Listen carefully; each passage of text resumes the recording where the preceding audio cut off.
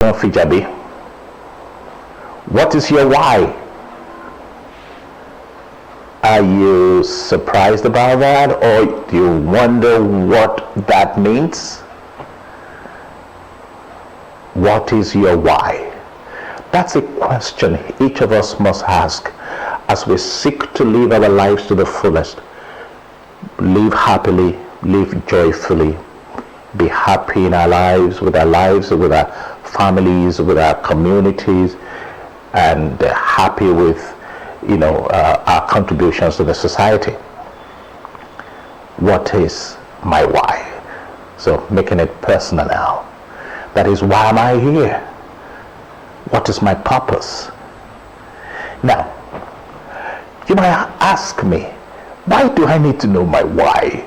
I'm just one out of 9 billion people on the earth. Or is it 7 billion now? On the earth. So, of what use is that? By now, I think we are past the stage.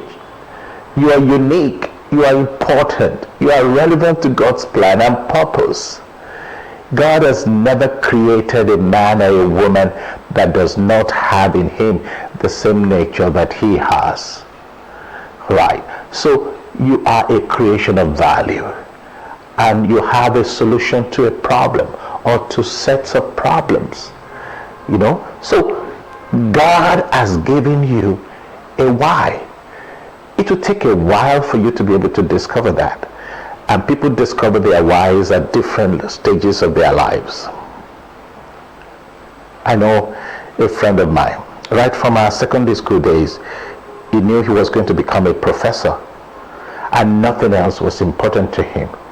He didn't like the fact that you could work in an oil industry and make tons of money.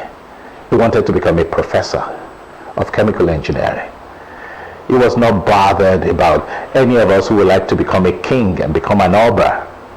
He wanted to become a professor, and a professor he became at the early stage of his life. He even won a national award for science and technology in our country, Nigeria. It didn't happen to me like that. At first I wanted to be a doctor. When I changed my mind, I would like to be a lawyer. And at some point I changed my mind. I said I would be an engineer. And from being an engineer, I became a public speaker and trainer. So you can see the trajectory that I went through. If you are like me, you probably have been oscillating between so many tasks, ultimately settling for one that you have. Don't be bothered about that. Be prayerful. Just keep walking and working hard, being the best you can be at any particular time. All right. For majority of people, they will discover their why on the go. It is not where they are sitting down idly, either praying or just ruminating about what their impact will be in the society. It is because they keep moving from one thing to another. There is a challenge, and then they take up the challenge. There is an opportunity that requires for them to self-develop themselves, and they self-develop themselves. And in the process, they found out what their niches were, what their why was. And it will be the same thing for you. Don't be bothered about it. Seriously, I'm going to ask you not to bother about your why. All right, you might say, hey, Mr. FIJABI, you are confusing me. You said I should know my why, and then you said I should not be bothered about my why. The reason is that your why will always find you out. Your why will always find you out as you make effort, as you keep doing what you need to do, as you keep working hard, as you keep taking advantage of opportunities that come your way. You will discover your why. Your why will never walk up to you. Your why will not fall down from heaven like a ripe plantain or a ripe apple, overripe apple.